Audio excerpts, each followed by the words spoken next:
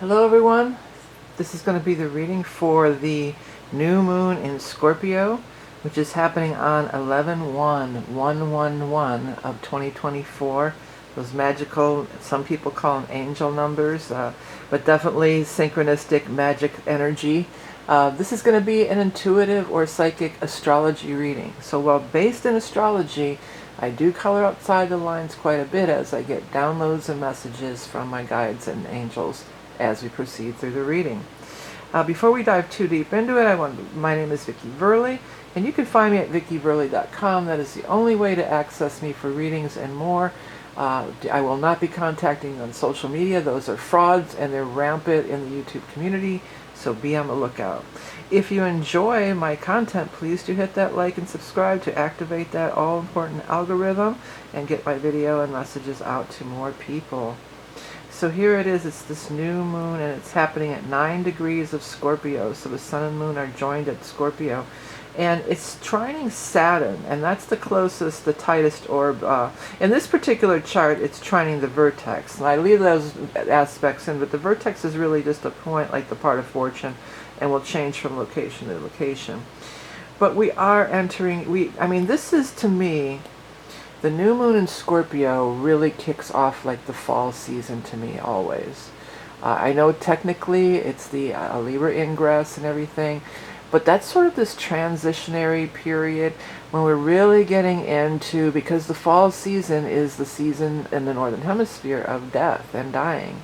The trees and the plants are all dying back, and it's this never-ending cycle. And Scorpio does rule death. I mean, it is a ruler of death, and Scorpio, the 8th house, Scorpio, that's all ruler of death, which we all know that death is only change. Death is necessarily a dying, happens every year. It's just the natural cycle of everything. But the Scorpio, there's 3 expressions of the Scorpio energy. The downward one is the scorpion itself, which is the stinging and attacking, and the cruelty, as even could be expressing in that way. And then the highest is the eagle, or sometimes it could be the phoenix, but it's the soaring higher. Scorpios, if you have Scorpio in your chart, you signed up for, you were going to learn some big karmic lessons. You were going to go down to the underworld and rise back up again. You were going to go into the deep, dark secrets of your soul, the deep, dark secrets of your hereditary path, of the world at large, and you were going to uncover that and bring it forth into the world, and cleansed and renewed like the spring, like the myth of Hades and Persephone, where, you know, she goes to the underworld and everything dies down, but then when she comes back in the spring, everything's fresh and new and beautiful again, and the whole cycle starts again. So we're on this cycle of descending into the underworld, descending into the dark, especially in the Northern Hemisphere, as the days are growing shorter and shorter. But the darkness is not anything to be feared, because Scorpio energy is fearless. It's the eagle. It's the I keep wanting to say chariot, but actually it's like the chariot in the tarot. Actually, the death card would be the tarot card associated with Scorpio, but the phoenix, the chariot, rising up, burning away, flying into the light, into the sunlight like Icarus, burning away all the toxicity, going down there deep in and digging in and finding it, and then bringing it out and burning it all up in the sun, to purge, to enlighten, to remove toxins, to purge yourself of the shadow things. Deal with that shadow energy head on. Be head on into it. I'm hearing heart straight on for you. You made my life. Now I'm stronger, now I'm coming through. Yeah, now I'm stronger, now I'm coming through. You're stronger for it. Nobody would ever say Scorpio wasn't strong, because Scorpio is very strong energy. Now, talking about all the deep depths of the soul and all this good stuff, we walk over here to this trine to Saturn. And Saturn has an element of that, but Saturn is just like a no BS. Saturn's like, let's get down to work. I don't have time for silly head games. Let's find out what's viable and what's going to work. Let's make a plan. Let's set the goals, and let's initiate the plan. Doesn't have time for all this other bunk. My guides are saying no bunk. Stop with the bunk and the funk. The funky bunk. Let's not go get into that funky bunk. We don't have time for that. We got serious business to take care of here. But also, while it's transiting through Pisces, excuse me, it's also going to be, there is this depth to that. It's not that far removed from the whole thing we were talking about here, about the deep, dark depths of the soul of the Scorpion energy, because it's the 12th house, and that's the subconscious mind, and that's where things are hidden. Hidden in the depths of our soul, in our own subconscious mind, or just hidden in our own thoughts and actions and deeds. It's also the 12th house, so it's a finishing up cycle. We start at the ascendant and we go all the way around through the wheel, and it starts over. It's non-stop, it's never-ending cycles, all of it. While we're in this, talking about the Pisces energy, and we're talking about endings, we have Neptune at 27 of Pisces, like just about to cross the threshold. It's going to cross the threshold next year. As I was talking in some of the other readings, because I've been doing the year ahead readings, which are going to be available till only through the end of this year. But I was just looking at the transits, the planetary changes that are going to be coming up. There's going to be like this was 2024. I mentioned it if you didn't see the reading. We only had Jupiter change signs. That happens every year. And then we had Pluto going back and forth into Scorpio and Aquarius, which is kind of lining up almost in the same dates here, actually. It's kind of lining up pretty closely, because it's going to move. It moved last year in 2024. It moved into Aquarius in November 19th. And then this year, that's what it's doing right now. That's this year that we're in. I'm sorry, I got a little confused there for a second. I'm trying to go through all these cards. But, I mean, comparatively, so it was going back and forth and everything. But, I mean, look at this year coming up. I mean, we've got the nodes changing signs in January, March. We've got Neptune going into Aries, May. We've got Saturn going into Aries, June, Jupiter, Cancer. 7th, Uranus into Gemini, and then they retrograde. But some of these, like Neptune, Uranus, they're on very long-term, long transiting cycles here. Very long transiting cycles, like Uranus is 80 some years, Neptune is, I think, a couple hundred years, so maybe not 200, 150, I think, or something. Yeah, it was the late 1800s the last time we saw this cycle. So this is intense. It is an intense change. It is calling us to really take a look at it, because most of us aren't going to experience this energy again. We're just not in this incarnation anyway. So what was it all about? What was this whole thing about, this whole Neptune transit, and what was this whole Pluto thing about? Because when we have Pluto, which, by the way, Pluto is the ruler of Scorpio, okay? So Pluto is the ruler of this new moon. And Pluto is all the things I described in the initial read there about the depths and the underworld and the god of hell, fire. I am the god of hell, fire. Watch me burn. What is that? That's some metal, beginning of some metal tune. Oh no, it's fire. Fire. Dun, dun, dun, dun. It's like a 60s song. I'm not getting the words quite right, but I am the god of hell, fire. Watch me burn. So, but that's, and we're in the spooky season of Halloween. This is the very next day. This is All Saints Day.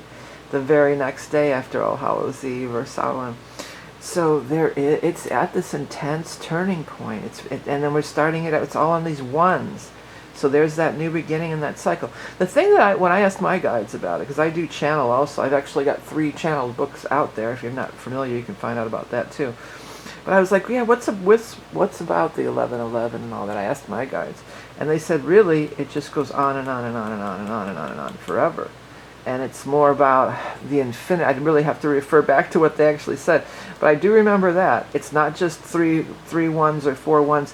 It's this going on and on forever, kind of like the universe goes on and on forever. So it's about the infinite nature of everything. It's not just, it can be a sign and symbol. It's a synchronicity, but there's power in it. It's powerful. So we've got all this 12th house, this Neptune energy.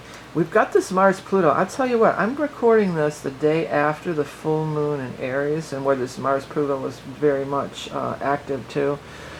And I'll tell you, I thought it was going to be really good. The full moon in Aries, it was like 24 degrees. So I have a grand trine in my chart. You know, in my second house, I have my Sag moon at 26 of the galactic center, and then I have 24 Leo up right in my 10th house up here. And so this 26, or it was 25, 24, 25, 26 of Aries, you know, that was filling in that big grand trine for me. And a lot of times when things come through here, stuff will pop for me, you know, different things, positive, usually positive things, because it's my second, 6th, 10th house, you know, like big career moves or money opportunities. I've been aggravated as all get out lately. I've just been, I've been so, I haven't been around it. I'm not going to go out there and dump that on anybody, but I just have been really frustrated and aggravated. And then I realized, man, I catch myself, come back to center, find that center with the Saturn, and even in the Neptune, even the Scorpio is very much a centered, grounded. Of the water signs, I would say it's the most grounded. I just looked up and it was 11:11 on the video. But anyways, bring myself back to center, breathe out all the toxicity, and go on. But I was falling back into it really frequently. I mean, and I've not even been around anybody. I haven't talked. Nobody's said or done anything to me. I'm just like irritated. I'm just feeling that irritable, that friction. There's definitely a friction here. Because, here's Mars, the god of war, Aries.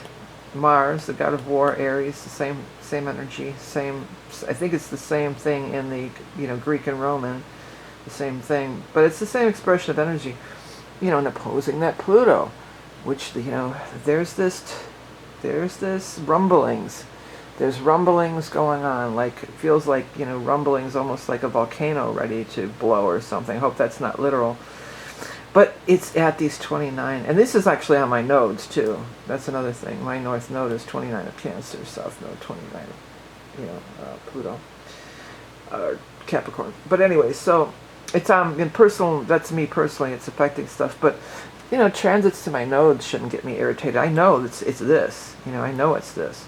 So I've been trying to work with that energy, transcend it, try to. Get rid of it. I was doing some yard work and stuff. That's always my go-to thing. But see, it's not just the two of them. We've got the 27 of Neptune. We've got the Uranus at 25 degrees. We've got, in this chart, the Juno at 29 of Libra. We've got Mercury at 28 of Scorpio. Again, also ruled by Pluto over here. So these the Scorpio energy is bringing in all this Plutonian energy, okay? All this stuff here is all in the realm of Pluto. So it's the Sun, the Moon, and Mercury, and then part of fortune in the Eastern time chart, but that also will vary. There can be, I want to look at just the fact that this is the Eastern time chart, but it feels like with this part of fortune with the Mercury, that there can be some sort of understanding that's gained. And that's esoterically, that's what it is anyway. If something keeps irritating you, it's like, okay, what do you want to tell me? What is the guide, subconscious, the universe, whatever? What do you want?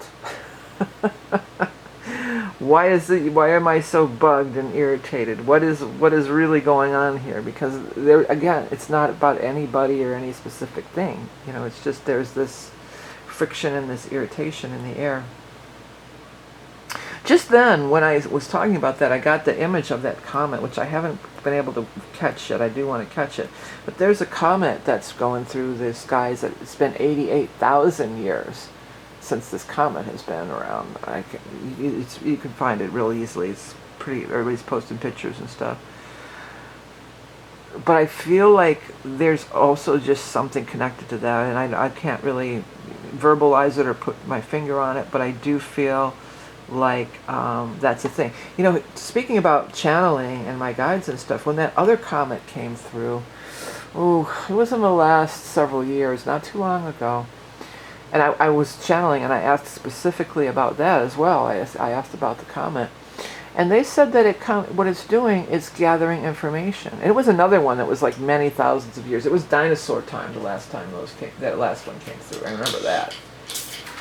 And they were saying like they just come through and they're gathering information.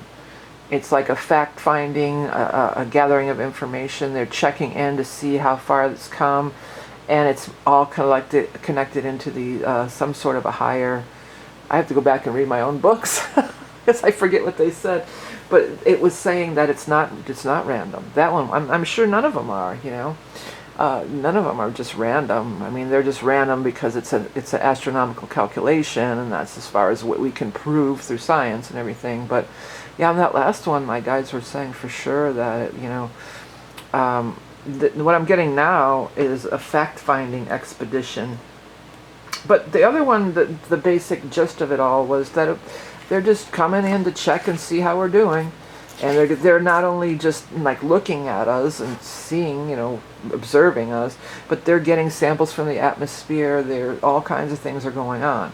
Like, it's not just some random rock flying through the air. There's consciousness, and possibly even, you know, I don't know. Maybe not consciousness, but maybe it's even sort of a, you know, a remotely, maybe not remotely operated, but remote. There's information that can be retrieved from it. Okay, and that's another thing that they've told me too, is that certain things you just can't experience or work on without incarnating into the physical. There's a lot you can do from the higher realms and being an observer and trying to help the earth plane and different things, and working with the plant energy or working with the dolphins and the whales and everything else. But when you incarnate in human form, there's just certain energetic things that are only able to be accomplished and done and healed and worked on by actually incarnating in the human flesh, being in the atmosphere. And so is the same with at least that other comet. I haven't checked in on this one, but I feel like it pretty much is the same thing. And so this is 88,000 years ago. I mean, and you know, we could go on and on about I mean, I'm sure most major science things would say we were just protozoas or whatever, you know, something whatever. So, like the Big Bang Theory or evolution, that we were still tadpoles or whatever. It's funny I said protozoas because I'm not even sure what a protozoa is. So, I mean, I've heard the word, but that came straight from the guides, I'm going to say. So, something about protozoas. But there is this, it's a cycle. It's an 88,000 year cycle. Hello, you know, that's a pretty intense to fathom, to think about it. You know, it's like, wow, this is some intense, maximum intensity in 10 cities, baby. Yeah. So I mean, we're here at this time, and we're in it. And it's exciting, you know. There's that whole, is it fear or is it excitement? I knew that for years when I used to play in bands and stuff. Sometimes, every now and then, I get a little antsy, and I would I'd flip that switch and turn it into excitement, and then it would be awesome. So, you know, it can be exciting. It just feels very. It's a catalyst. I was gonna say cataclysmic, but that's not right. But it's a catalyst. And it's cataclysmic maybe to certain aspects of our being. Not that the population's going to get wiped out or anything on that level. We're not talking that kind of stuff, earth cleansing. My guides have also said that we have avoided that. That was a potential timeline at one point, but that we definitely aren't going to have to go through. At least the timeline I'm on anyway. Or I was at that minute when I was channeling. Yeah, but enough people are waking up that we don't have to go through. They're not going to wash us clean again. You know, they want us to join. They want us to join, you know, and step into our rightful place. So with each of these things, and particularly, you know, when I'm tuning in a little more to that comet, I feel like it's not only is it gathering information, but it's bringing stuff. It's dispersing. There's particles or energy or something that's being dispersed. and it's mingling, it's mingling, here it is, comet, whatever, Atlas. It's that long word that I can't pronounce. Yeah, once in a lifetime comet, super full moon, all that stuff. So really cool energy. I mean, it's different. It's not business as usual, not by a long shot, okay? It's there's some stuff going on. I keep getting like these downloads about like with people. We also had the Aurora Borealis, which is also pretty interesting because my book that I wrote in 2012, one of the beginnings of it, what set off the whole thing in motion, where she's with the Pleiadians and all this stuff that happens. It's a novella. It's a fictional novella. Is first she's in Ohio where I am, and over Lake Erie there is the Northern Lights, and that kicks off the whole. That's another one I have to go back and read it again. I can't remember the exact details of how, but that was a big thing.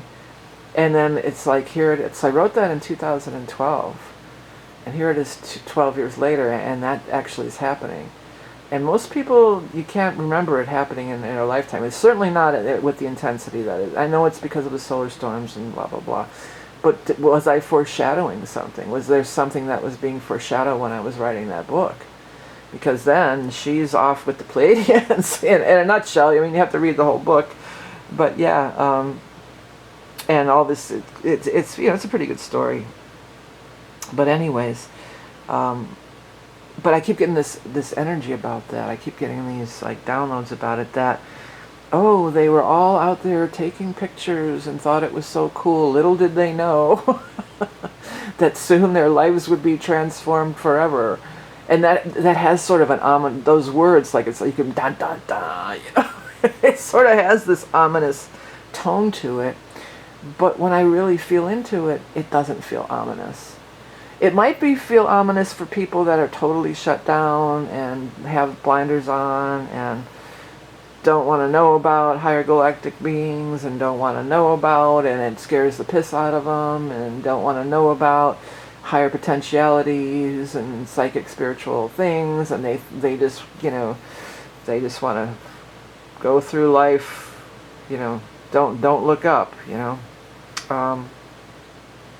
but for many of us that do want, and I think most people watching these videos probably, do want to know about it and do want to be immersed in it, and are becoming, either are conscious or are becoming conscious of, they chose to be a part of it, and we chose to be a part of it. We want to be here, and it's the greatest show on Earth, or the greatest show in the galaxy. Right now Earth is, and it's a big deal.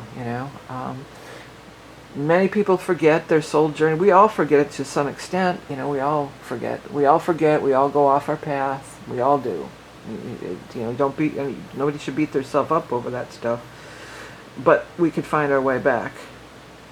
Find your way back to her heart. Find your way back. Yeah, the guys, if you've never tuned into my videos, I do break into songs from here and there. The guys will come through with some music here and there. I try not to sing too much, but when they come through with a good one like that, I gotta let it rip. Well, here's another little night, kind of shine some positive vibes. Not that none of this is negative. Anything could be positive or negative. It's how you use the energy. But we got this beautiful Venus-Pallas conjunction opposing the Jupiter. Now the opposition sometimes can bring, opposition. We're in opposition to each other.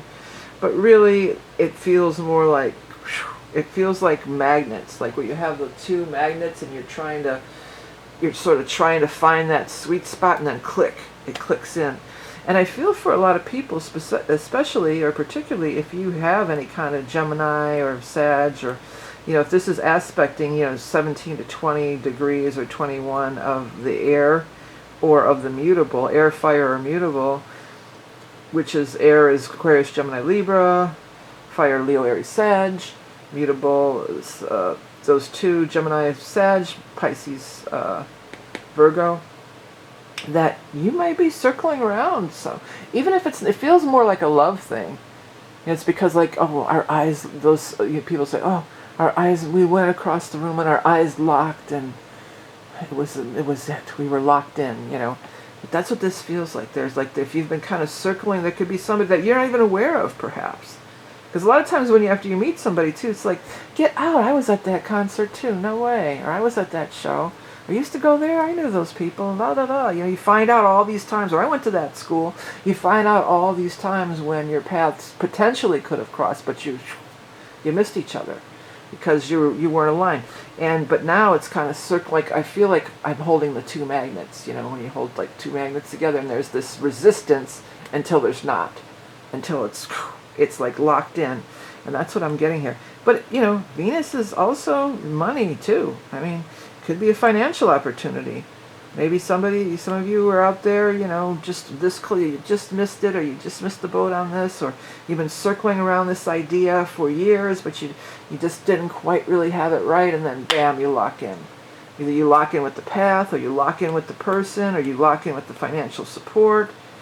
But Jupiter and Venus together, I mean, this is some major abundance we're talking about. This is over the top abundance, prosperity, happiness, all kinds of good stuff. Now, it is squaring, you know, a loose square. Definitely Venus is squaring Saturn. But, you know, that doesn't necessarily have to be a bad thing. Number one, the way I just drew it out there, like they draw squares like this, you know, but I like to think of squares in my head like this, because that's really what it is. It's a square. So it's like, you know, maybe you were walking along this certain path and then you decide to take a different turn, and there they are. Or there it is, there's the opportunity, or there's that person. And here's the thing though, with Saturn and Venus together, this is long-term stuff. Even though Venus transits are pretty, you know, they're pretty, I'm trying to say fleeting, and the guides are want me to say fanciful. So they're fleeting yet fanciful. I can't even say it. Fanciful. Fanciful, fleeting. Fleeting fancy, whatever. I was trying to warp that into a band name, but I couldn't quite get it there. There's that magnet thing. I just couldn't quite get it. But anyways, you know, this fanciful, fleeting, whatever. Venus goes faster, in other words. You know, Venus isn't, it's a faster moving planet. You know, it moves pretty closely with the sun. It can only be so many degrees away from the sun. So, you know, I totally lost track of the whole thing. Sorry. Oh, but when it's locking in with the Saturn, it may not be. It may not be a fleeting fancy. It may be something much more formidable. Yeah. How's that for an F word, huh? It may not be a fleeting fancy, yet something much more formidable. Okay. Well, there's that. And here's the other thing too. Venus is trining Chiron, pretty tight orb as well. You know, so Chiron always wants to have the healing. This could be breakthroughs. I mean, this feels just like breakthroughs. Like, oh, I had it all wrong. Especially if you were taking any kind of angered or embittered approach to anything. It's like. They just said hatred begets hatred. You know, that's what the guide said. It could be like that. It's just like, oh. It just feels all of a sudden it's lighter. Anything that you were kind of pissed about or frustrated at or angry about, like if there is a target, you know, a targeted thing, like, oh, that certain thing, it pisses me off. I should have got that raise. I should have, how come I didn't get this thing? Or I can't stand when this stuff, blah, blah, blah, this or that. And focusing on, again, what you don't want, but also this bitterness, you know. Embitterment is not going to get you what you want any day of the week. It's only going to get you more bitters, you know. It's that drinking the poison and expecting the other person to drop dead. You're only poisoning your own aura field and the whole deal.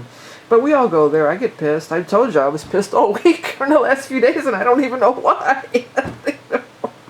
Well, I know why, but I mean, there's nothing in my world that should be pissing me off like this.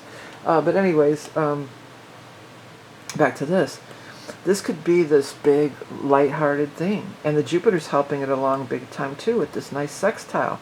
In your mind, you could get this idea from the higher source, from the higher guidance up here, the ninth house, the higher enlightenment, the Sagittarius energy, seeing things lighter, not taking anything so personally. It's not all personal. People have shit going on in their own lives. They're not out to get you or out to mess you up in any way, I promise. They're just not, okay? They're just doing their own thing, and once you have that light, when you get that light thing, that, that comes every now and then. It's just like, oh, this is so silly. Or maybe you just get that whole enlightenment of, hey, this is not only I am a infinite being in an incarnation, and it isn't, it's really not, it's just an experience. It's not anything, not that it's not real. I almost want to say it's not real, but it is real, but it's not, there's more to it. It's higher than that. It's a game. You see it for the game. You can back up to the higher perspective and see it's just a game, or it's just a movie or TV show you're watching and participating in, or a virtual reality. And then you get this lightness, or you just say, God, I was being so silly. There's this, it just feels like, and it could happen kind of in an instant. And then here's the thing too, tying it back to the Pisces, the Saturn, a lot of times it can have staying power. Because sometimes those things are fleeting too, where you just have this awareness of, yeah, how silly, what am I thinking? What am I even thinking about? Snap out of it. Don't be ridiculous. But then you're back in life, and you're back in traffic, and everything starts happening again, But with the Saturn, it can make a deeper spiritual imprint on you to have it more long lasting. Because that's the thing, everybody gets aggravated, then we come back and we're not aggravated. We find our center, meditate, do whatever it takes for you, your particular brand of finding peace and finding your center. And then, we all slip back into it. It's a human condition. But ultimately what we're striving for is longer and longer stretches where we are in this state and less of that. And here's another part of it, going right back to the beginning with the Pluto energy and the Scorpio energy. Sometimes we got to dig that stuff out of there and get it out of our body. And, I'm feeling like soul retrieval stuff. I had a pretty cool soul retrieval experience recently, just with my guides, not by any practitioner, by something that scared the shit out of me years ago. I don't even want to go into it necessarily, because I'm referring to things that came through in the challenge sessions, and I don't even remember the whole story. Well, I could tell you the whole story of what it was initially. I was doing some acid. We were tripping on acid. I was a kid, teenager. And I don't know why, we were walking around in the rain, and I think I even forgot I was tripping, because I would never trip alone. I know we were walking around in the rain, and then somehow I ended up back at my house by myself, in my room, tripping by myself. And I forgot I was tripping, if you can believe that. But anyway, so I'm lighting candles in my room. I'm getting in this scorpionic, really dark place. And this scared the ever-loving piss out of me. I looked up in the mirror, and there was me, but the eyes, well, you should never look in the mirror when you're tripping anyway, but this was dark. It was really dark and scary, and it was like this, evil is not the right word, not especially now when I know what it's really all about, but at the time it seemed like evil, and it was me looking back, but not me. And the the exchange, the telepathic exchange, what they said to me was, I'm going to come in your body, and you're going to come where I am, and nobody will ever know the difference. And I freaking flipped out. I was so, and then after that I couldn't even look in that mirror forever. And after that, I would never ever look in the mirror when I was tripping. Not that I did tripping all the time, but it was the 70s. We did a lot. We partied, But if I had to go to the bathroom and I was tripping, I would intentionally hide my face away from the mirror, because I was afraid she was gonna be there. So anyways, it was intense, and it was really, really scary at the time. So fast forward, not too long ago, I asked about that, and here what it was another aspect of myself, in an incarnation where I was actually locked in a prison somewhere, in this one-room prison. I was definitely into some stuff too. I was definitely into the dark arts, I want to say, because I knew how to do this. and I was just they locked me up in this little cell, like just like you know, a one room cell with bars on the windows, and you know that's it. And I was so I was going out of my body and doing stuff, and so I found that aspect of me, little teenage Vickie, who was pretty naive and didn't know shit, you know. And I was trying to, you know, that part of me, that dark scorpionic part of me, was absolutely trying to mess with her, or take her over, or use her to escape from where they were at, you know, this other part of me. So this is some deep stuff, but this is Scorpio reading, so we can go there. So I've already started the whole story. So while I was communing with my guides and they were showing it to me, I came through as me now, but I think is that one of the ones where I had this other warrior spirit with me. But I had this whole experience. So the guides took me there, and I helped that one move on. And it was it was a male energy, and he was so dark and twisted and everything. But it was a lot of different incarnations. He was trying them all. He was trying every possible pathway. And then came upon this, you know, young teenage girl in her room, stoned out of her mind, that knew, you know, squat about anything, and, you know, made that contact. Luckily, I was able to break away, but all along, the point is, all along it was part of me, you know. And we did this thing. Me and my guides went in there, and we did this thing. I believe that's when I had that warrior lady with me, this Asian. She's also a part of me. It's a whole other thing, but whatever the case, I wasn't alone. We went into that cell, me as I am now, not the 14-year-old or however old I was. You know, me as a fully fledged grown woman, and also much further along on my spiritual path, and you know everything. So, and much more powerful. I'm in my crone years now, man. I'm a powerful crone. So, but it wasn't to do battle. I mean, maybe I went in there with that attitude to do battle. But that's not how it all went down. And eventually I freed them. And how it ended was they just dissolved to like particles of dust in the floor. The floor already looked like that. It was already like brown, more like an adobe color, a light, you know, a tan color. And then these gold, they were set free, and because they were still imprisoned. That was the whole thing. I know this is getting really long and really off the beaten path. That's why I wasn't sure I wanted to start this story, but I already did it. So, I mean, but this is the perfect kind of stuff. That's the kind of Scorpio stuff. I mean, if you want to really get into the nitty-gritty, that's kind of the Scorpio stuff. Because we all have, maybe it's not some dark wizard who's imprisoned in a cell somewhere, you know. But we all do have those little pockets of these dark energies, and even hanging on from this incarnation. It's not only that, and you know, other incarnations, these little deposits of stuff in our aura, you know. So we want to do that flush. We want to get rid of that stuff. Just get rid of it. And so we have more flow, cleanse and flow, you know. I align with what is that? It was one of a mantra that I used to say. Ease and flow. Ease and flow. Ease and flow. I align with ease and flow. Yeah. Ease and flow. Yeah. So anyways, I know we got it pretty deep, but it's a Scorpio reading. We got to go deep, right? Yeah, so, and then afterwards, after that whole experience that I had with my guides, they said, congratulations, you just did your first soul retrieval. So I was like, okay, let's I'm down for it.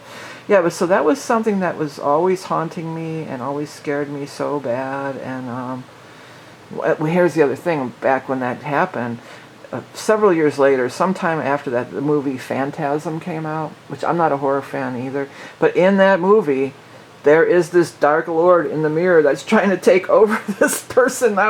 So then I remember being at the drive-in and seeing that movie. I'm like, oh my God. Because if somebody else could think of it, it wasn't just my imagination. You know, I knew then. It's like, if somebody else thought of it, then it must be something out there. Some kind of crazy crap. I don't know. I didn't know forever. I didn't know for shit, like almost 50 years. I didn't know. More than 40 years till I had that whole experience with the channeling.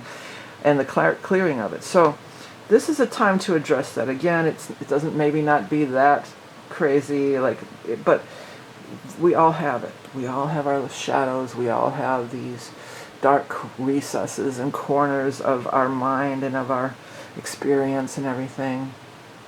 And this is a time to really take a look at it. And when you face it in your strength, you see, I saw him for what he was. He was like, I don't want to use the word pathetic, but not far from that. That's not the right word. But he wasn't this scary thing. He was desperate. He was desperate to do anything to get out of that prison, and he'd been there forever. I think because when he turned to dust, I think he's been dead for centuries probably. But he was so attached to that, talking about that embitterment and everything and that desperation, that his energetically was still stuck there. So a part of my soul was still stuck there. You know what I'm saying? So it's deep. It's some deep crazy stuff, But it is real, and it does help. And that was one of the things that they were saying, that you have to be in the physical. Maybe not that thing specifically, but it helps to be in the physical to do that kind of work. Okay. So that's a pretty long reading and a pretty involved story. That's pretty tripped out, way out there. But, I don't do anything anymore. I haven't done acid. I can't even remember the last time I did acid. I don't even think I could handle it now. I don't do I've never done ayahuasca. I've never done DMT, any of that stuff. Because I'm so out there already. I think I don't need it. I'm already there. I'm always trying to come back to earth and ground. And I haven't even done shrooms I can't even remember. At least 20 years I haven't done shrooms. So, I'm not advocating drug use or anything, or acid or anything. Just relaying an experience that I had, and it turned out years later that I found out that there was also this deep. It was an aspect of my own soul, and it was a deep part of my soul that had been trapped there for, a really long time, and that it was freed. And, that's what we're trying to do. We're trying to be freed from not only our own stuff, but from our lineage, our soul lineage, our family lineage. That's the kind of, and the Scorpio energy, this is the time you can really dive into some of that stuff, okay? All right, everybody. Well, I didn't mean to freak anybody out. If you're still listening to the video, I didn't scare you off or chase you away. This is going to be the chart. And don't forget, I do have the year ahead reading, which is a look at the upcoming year of 2025. We'll go into all those aspects that we talked about. I've been doing a lot of them, thanks to everybody who's already ordered. I know many people order every year. If you do like this whole past life stuff and things like that, I do offer the soul reading, which is also an astrology-based reading, where I look at certain things like the nodes and Saturn and different things. But from that, I get the psychic visions start coming, and I can tell you about your own past lives, your soul vision. Sometimes some galactic stuff comes up. It's been coming up more and more lately. It's funny when the galactic stuff comes through in the soul readings, though, because a lot of times it's stuff that's indescribable. I don't even know. It's hard to put to words because I don't even know what I'm looking at or seeing. But I do my best, and a lot of times I'll draw little pictures and stuff. So, and I have that in different kinds of readings, and all that goes to helping me keep my business going here and keep posting all the videos on YouTube and writing the books and the different things that I always do offer and am offering and always am working on. Another thing, by the way, talking about, helping me keep my work going, I do have a Patreon channel also where I do a weekly astrology. I go through all the aspects, the major aspects, planet to planet, and where the moon is for the week, and then I pull 2 cards for each sign, and that gets uploaded usually Wednesday.